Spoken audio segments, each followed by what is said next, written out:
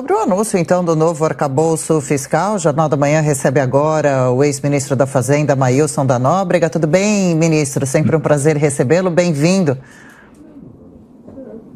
Bom dia, Adriana. Obrigado pelo convite. Bom dia a todos. Bom dia. Ministro, o pacote tem pontos positivos, regras alcançáveis, ele fala em aumentar a receita. De onde virá o dinheiro?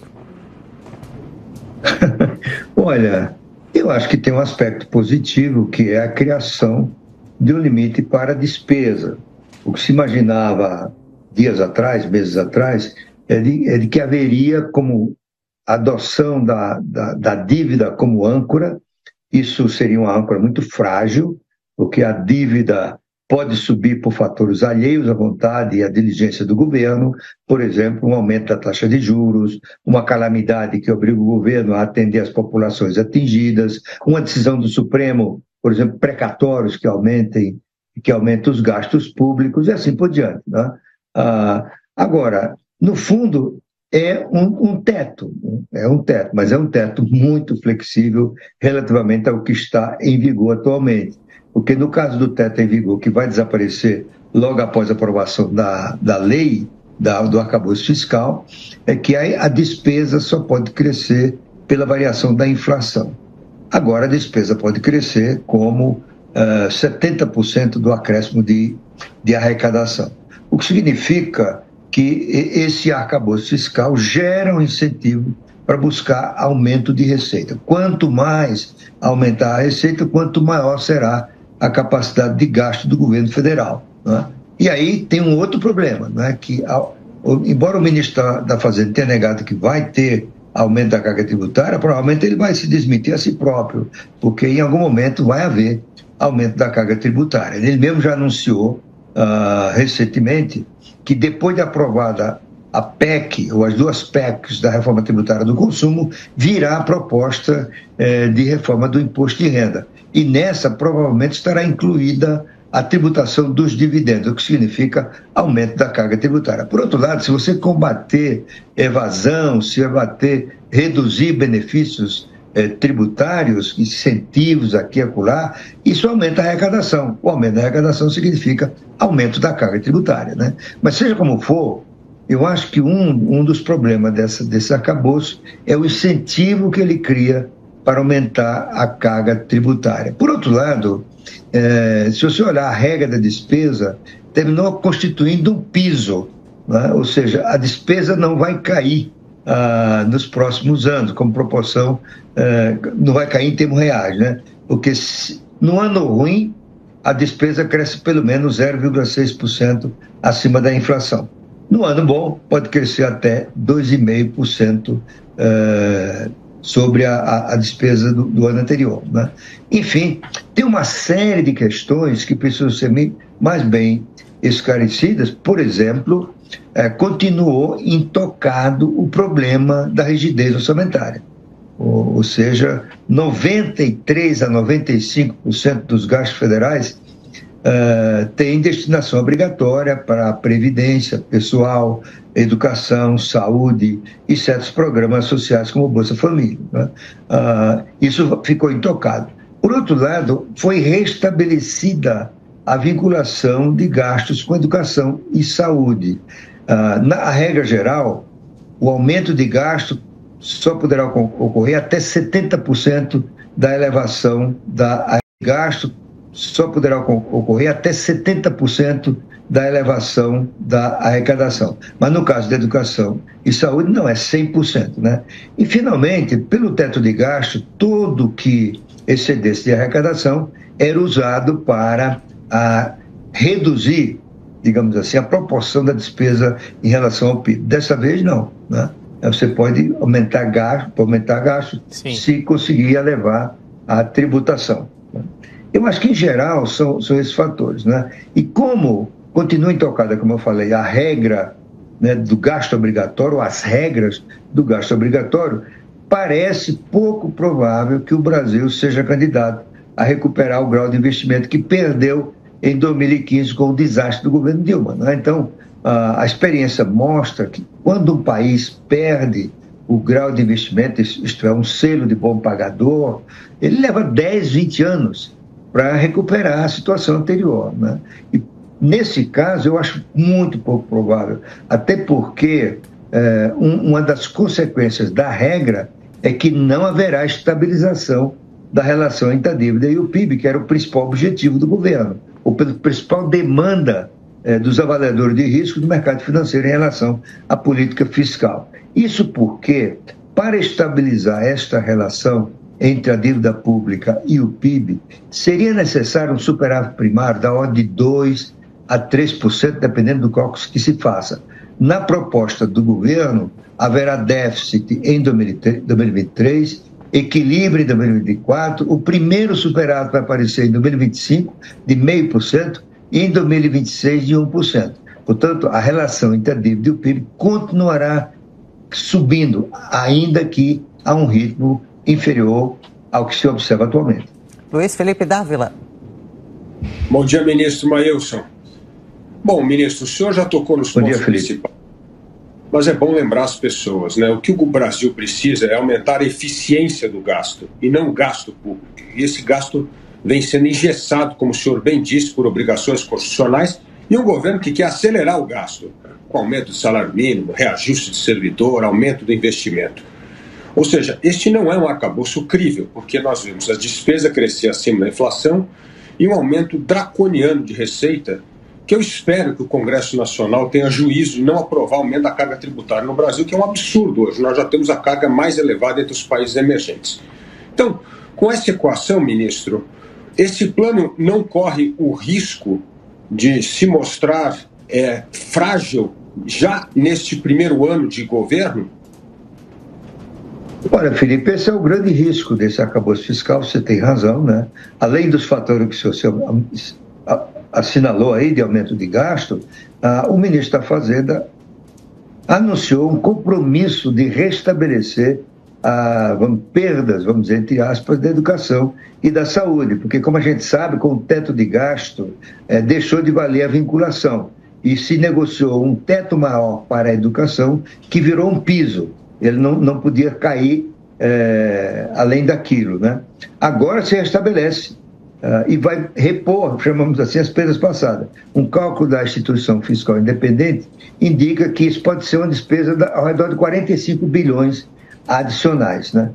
Tem mais outro fator que eu acho que tem que ser levado em conta, é que por hora, ainda que faltem alguns detalhes para permitir uma análise mais adequada da âncora, né, ela é um conjunto de intenções, é uma proposta do governo, é um programa que ainda tem que ser aprovado pelo Congresso Nacional. E aí é onde vai residir ameaças adicionais a esse arcabouço fiscal, porque haverá, a meu ver, um lobby forte, tanto do setor privado quanto do governo, dentro do próprio governo, para criar exceções, não é?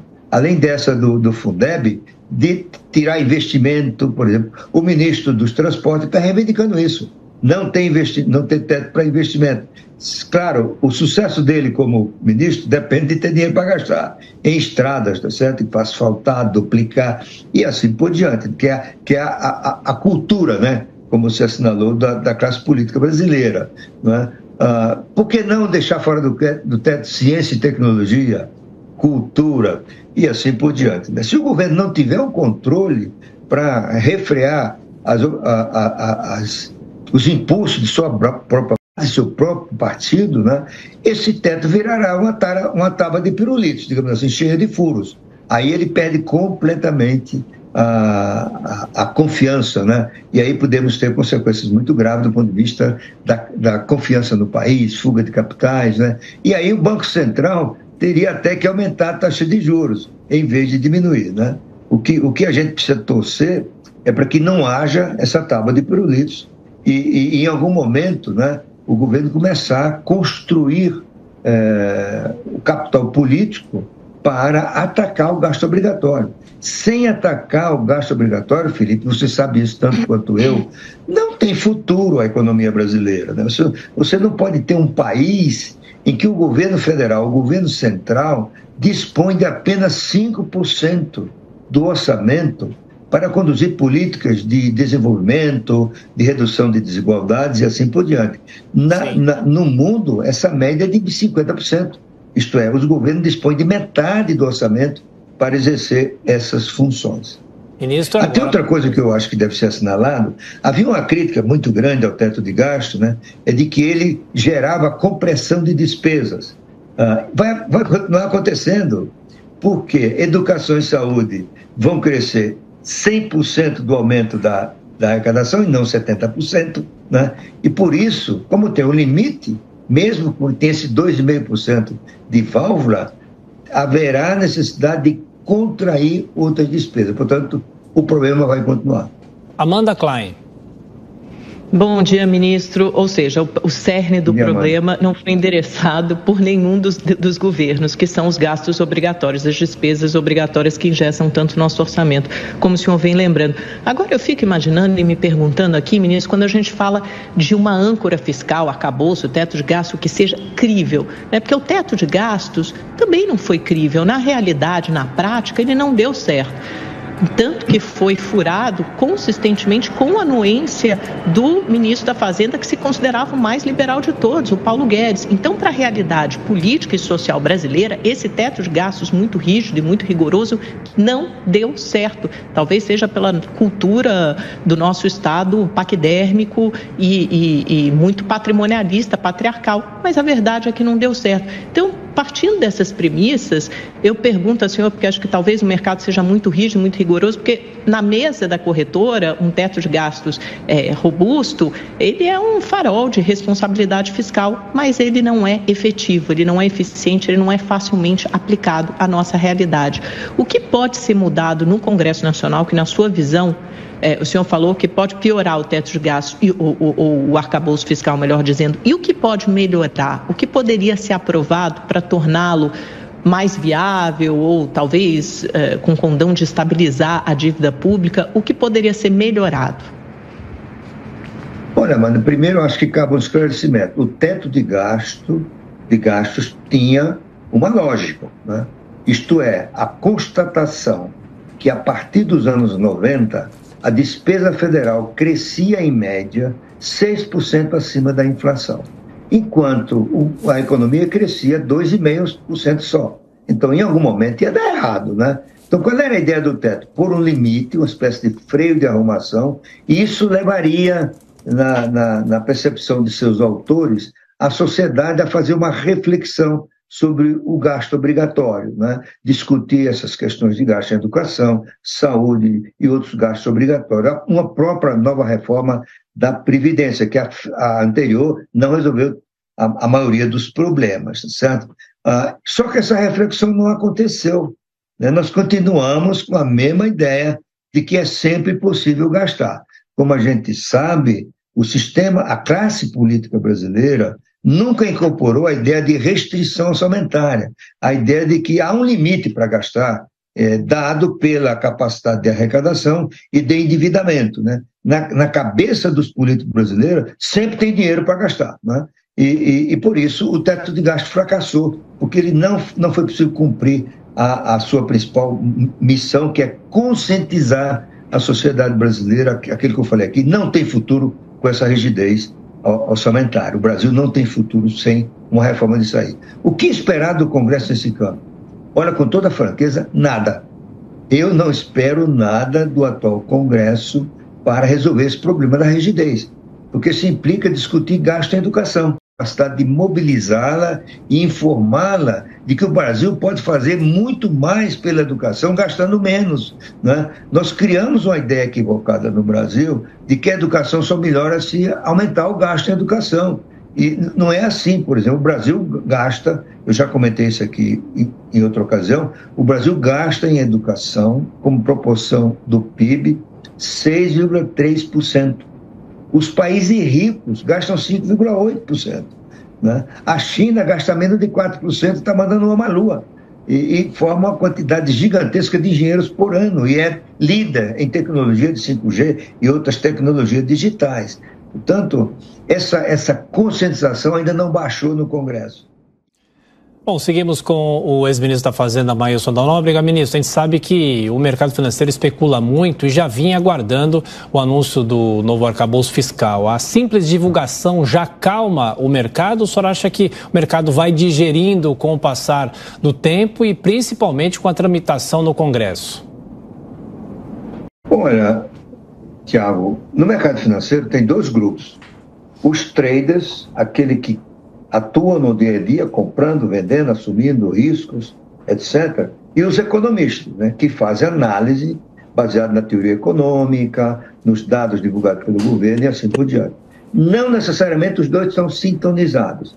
Por exemplo, nesse caso aqui, os traders reagiram muito positivamente ao arcabouço, porque ele tirou algumas dúvidas, né?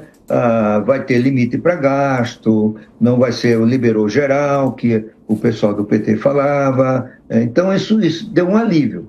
Os economistas dos bancos, todos, indistintamente, que falaram à imprensa ontem, mostraram céticos quanto ao êxito total dessa proposta, né? Até porque tem detalhes, como eu falei aqui, que ainda não são conhecidos, né? Por outro lado, a regra só será efetiva depois de aprovada pelo Congresso, como nós comentamos aqui. E isso dificilmente vai acontecer antes de maio ou junho, né? Portanto, à medida que os economistas forem fazendo análises mais profundas das propostas, aí eu acho que a coisa pode começar a mudar e gerar algum grau de incerteza, certo? Portanto, provavelmente não é a maravilha que os traders do mercado apresentaram ontem. Vai ser um meio termo entre esse entusiasmo de ontem e a realidade que virá das análises, dos relatórios dos economistas dos próprios bancos. Ex-ministro da Fazenda, Maílson da Nóbrega, obrigada pela entrevista, ministro. Boa sexta-feira e fim de semana. Obrigado pelo convite, bom fim de semana para vocês todos.